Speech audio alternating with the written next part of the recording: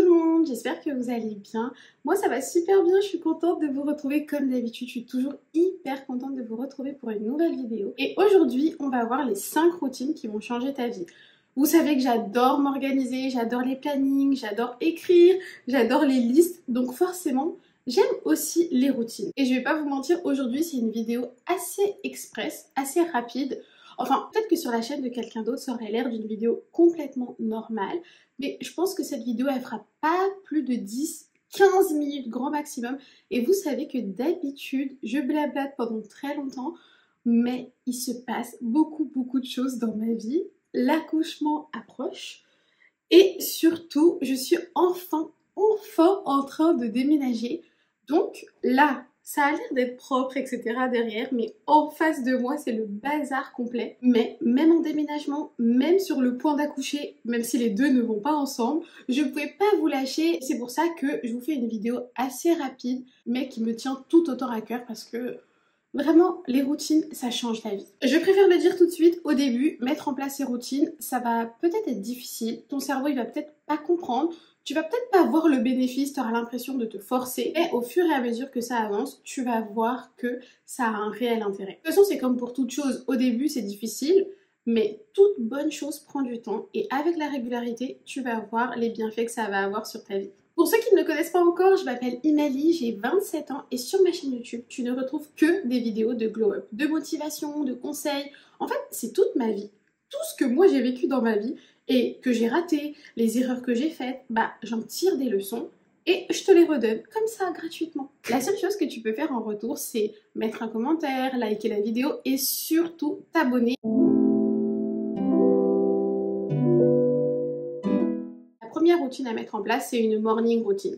Forcément, c'est comme ça que tu commences ta journée et je pense que avoir une morning routine, c'est vraiment important. Parce qu'on sait très bien que le début de la journée va forcément déterminer toute ta journée.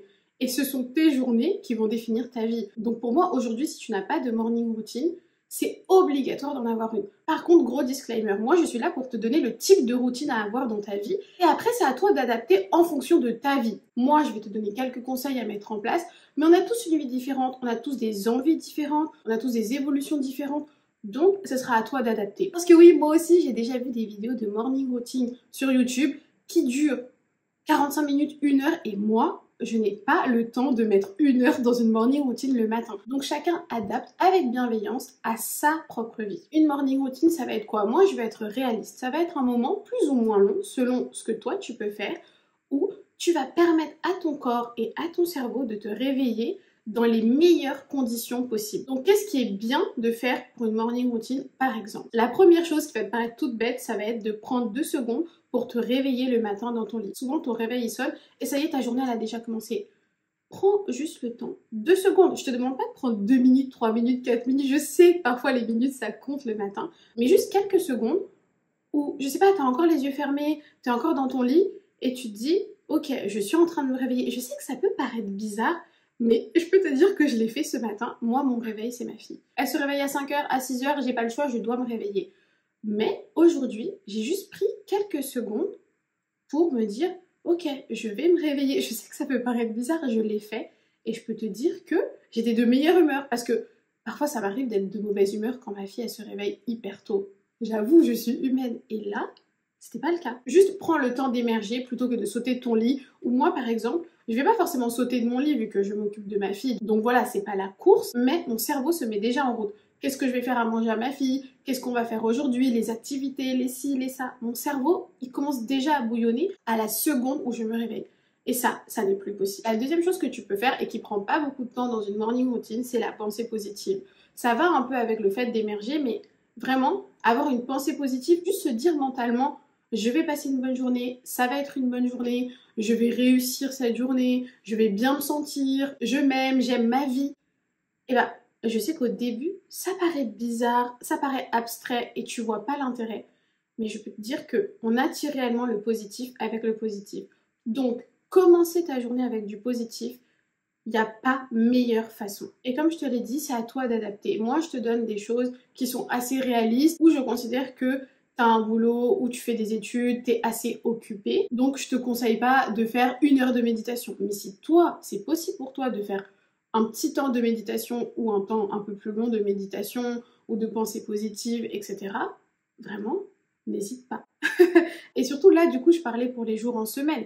Mais par exemple, tu peux modifier ta morning routine de la semaine et celle du week-end. Vraiment, je te donne les conseils généraux pour que tu puisses t'adapter. La troisième chose que j'aime bien faire, moi, c'est me réveiller en musique. Donc, ça peut être quelque chose que tu peux faire. Mettre de la musique plutôt que d'être sur ton écran à scroller.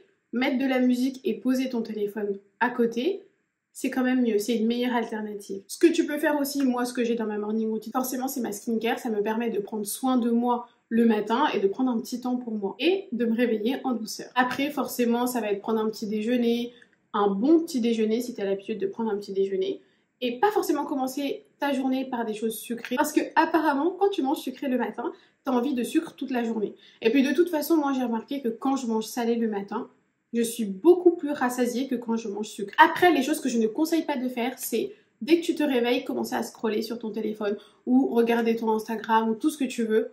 Vraiment, laisse un peu le téléphone de côté. Moi, j'ai remarqué que c'est quelque chose que je fais beaucoup, que je faisais beaucoup, être sur mon téléphone dès que je me réveille. Et en fait, ça me refatiguait. Donc, à bannir. Ce qui va avec, ça va être la pensée négative.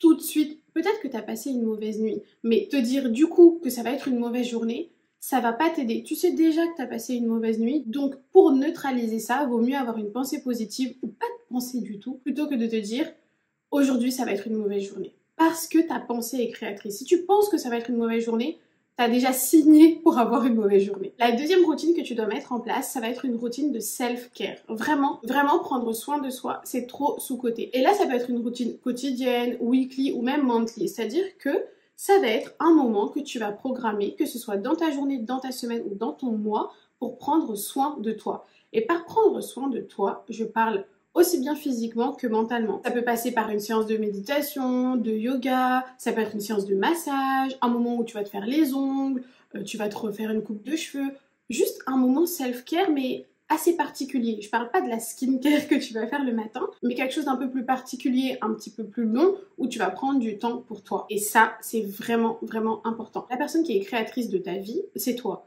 Donc, si tu prends pas soin de toi, tu peux pas prendre soin de ta vie et t'attendre à avoir une vie de rêve. Pour améliorer ton quotidien et ta vie en général, prendre soin de toi, c'est la première des étapes. Moi, je vais être honnête avec vous, la routine self-care, c'est quelque chose que je dois mettre en place. En ce moment, je vous ai dit, avec le déménagement, avec la grossesse, avec le fait de m'occuper de ma fille 24 heures sur 24, avec tout ça et plus YouTube, parce que là, je suis en train de filmer avec mon bazar devant moi et je dois aller voir une cuisine dans moins de 15 minutes. Donc, j'avoue que c'est la course. Mais quand on sera posé, je sais que la routine self-care, c'est quelque chose que je vais mettre en place.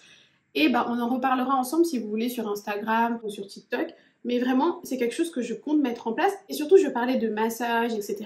Mais ça peut être des choses que tu fais chez toi. C'est pas obligatoire que ça te coûte forcément de l'argent. Par exemple, si t'aimes bien te faire les ongles, mais t'as pas forcément le budget, tu peux très bien investir dans quelques vernis qui sont bien, dans une machine à LED et tu peux le faire toi-même. Moi, c'est quelque chose que je compte faire, pas forcément par manque de moyens, mais parce que j'aime bien faire les choses toute seule, moi-même, être tranquille. Par exemple, ton moment self-care, ça peut très bien être une fois dans la semaine, tu prends un temps pour toi, où tu te fais un bain avec une musique ou une série. Tu vois, c'est vraiment un temps où tu prends du temps pour toi. Pas obligatoire que ce soit payant ou pas, parce que je veux pas tout de suite que tu te mettes des barrières. Souvent, quand il y a des choses dont on n'a pas l'habitude, tout de suite, on voit les points négatifs ou ce qu'on peut pas faire. Le temps, l'argent, on se dit, c'est des inconvénients. Mais tu peux toujours trouver des solutions. Si t'as pas vu ma vidéo sur ce qui t'empêche de briller, je t'explique qu'il faut arrêter de chercher des excuses et de trouver des solutions. La troisième routine que tu dois mettre en place, c'est une routine de développement personnel ou de growth. C'est-à-dire que on veut évoluer. Tu as forcément des objectifs, des envies d'évolution dans ta vie, quel que soit le domaine. Et je veux que tu mettes en place une routine dédiée à cet aspect de ta vie. À ne pas confondre avec le self-care. Le self-care, c'est vraiment prendre soin de toi. Et c'est plutôt dans une dynamique de détente. Là, on est dans une dynamique d'évolution. En fait, ça va plus être quelque chose qui va te challenger. Comme je te l'ai dit, tu as forcément des objectifs ou des envies d'amélioration ou d'évolution dans certains domaines. Et peut-être que tu le laisses traîner parce que tu penses ne pas avoir le temps ou tout simplement peut-être que tu ne t'organises pas assez. Donc, dans ta semaine, dans ta journée ou dans ton mois, je veux que tu dédies un moment. Le mieux, c'est forcément quotidien parce que plus la régularité est fréquente, et plus l'évolution va être rapide en général. Mais si tu n'as pas le temps de mettre ça en place chaque jour, ça peut être une fois par semaine, une journée, un moment dans la semaine que tu vas dédier à ton évolution.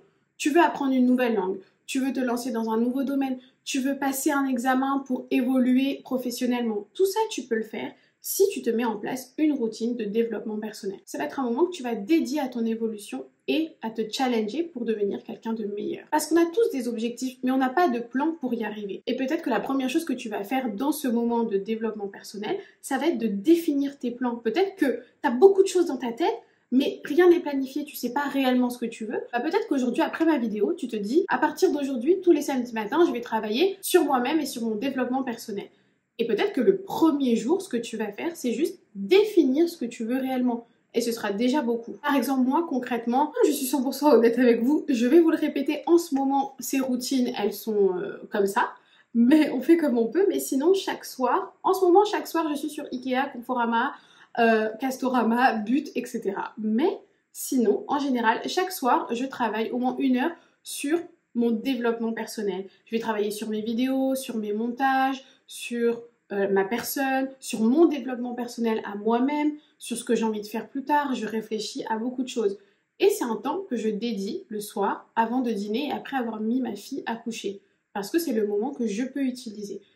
Et je peux te dire que si moi j'arrive à prendre du temps pour moi, je suis sûre que toi tu peux le faire. C'est obligatoire, c'est possible. La 4e routine que tu dois avoir dans ta vie, c'est forcément, si tu as une morning routine, il faut une night routine qui sera tout aussi importante que la morning routine. En fait, ce que je veux ici, c'est que tu te mettes dans les meilleures conditions possibles pour passer une bonne nuit, tout simplement parce que le sommeil, c'est une variable qui est hyper importante.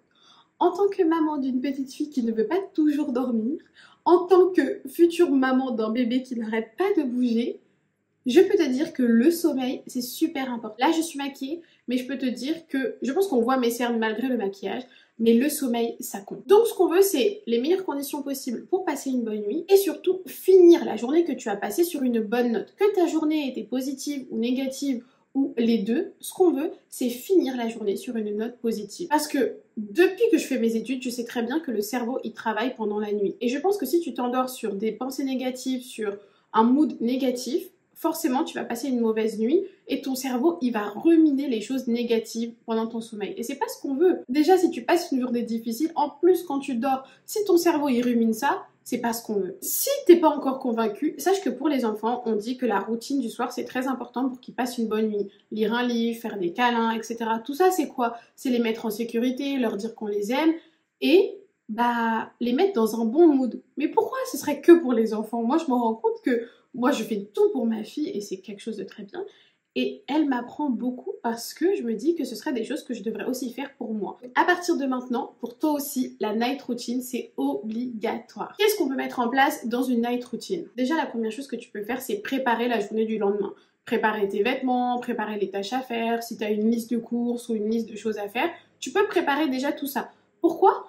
Parce que tu vas pas t'endormir avec « Ah, je dois faire ça, ah, je dois mettre ça, est-ce que ce haut, il va avec celui-là ou pas ?» Parce que tout sera déjà prêt. Tu vas voir que tu vas mieux dormir et surtout le lendemain, déjà tu vas grappiller des minutes parce que tu n'auras pas à chercher ton outfit et en plus, tu seras plus sereine. Tu n'auras pas besoin de te dire oh, « Mais qu'est-ce que je vais mettre, etc. » Parce que je sais que ça c'est une vraie question pour nous. La deuxième chose, et vous en avez déjà entendu parler, c'est sûr et certain, c'est arrêter les écrans avant d'aller dormir. C'est-à-dire, c'est pas tu es sur ta série comme ça collée sur tes yeux, parce que je connais ça, et d'un coup tu fermes la série, tu dors. Non. Tu poses ton écran au moins 1 heure avant d'aller dormir. Tu vas voir que tu vas forcément mieux dormir, vraiment. Après, ce que moi je fais, ça va être la skincare et le journal de gratitude. J'en ai tellement parlé du journal de gratitude que je vais pas revenir dessus, mais sache que le journal de gratitude, c'est la meilleure chose que tu peux faire pour toi. Je suis en retard, je suis vraiment désolée, mais ma routine bonus, ça va être de mettre en place 1 fois par mois un moment pour toi où tu vas faire quelque chose que tu as envie de faire depuis longtemps, mais qui te fait peur. De l'acrobranche, du cheval, une nouvelle activité. Moi, j'ai besoin de casser la routine. Donc, on va mettre en place une routine pour casser la routine. En fait, ce que je veux, c'est que tu testes de nouvelles choses. Tester de nouvelles choses, ça ouvre ta tolérance, ça ouvre ton esprit et surtout, ça te donne confiance en toi. Faire des choses que tu as peur, ça te donne confiance en toi. Donc, vraiment, tester de nouvelles choses. tu vas voir que ça va upgrade ta vie et ta personnalité. Je suis vraiment désolée pour cette vidéo express, mais je dois y aller. Donc, j'espère vraiment que cette vidéo t'a plu. Si c'est le cas, n'hésite pas à t'abonner. Et puis, la prochaine fois, on se retrouve pour une vidéo comme d'habitude, où on parlera un peu plus longtemps. Et en attendant une nouvelle vidéo, je te dis ciao!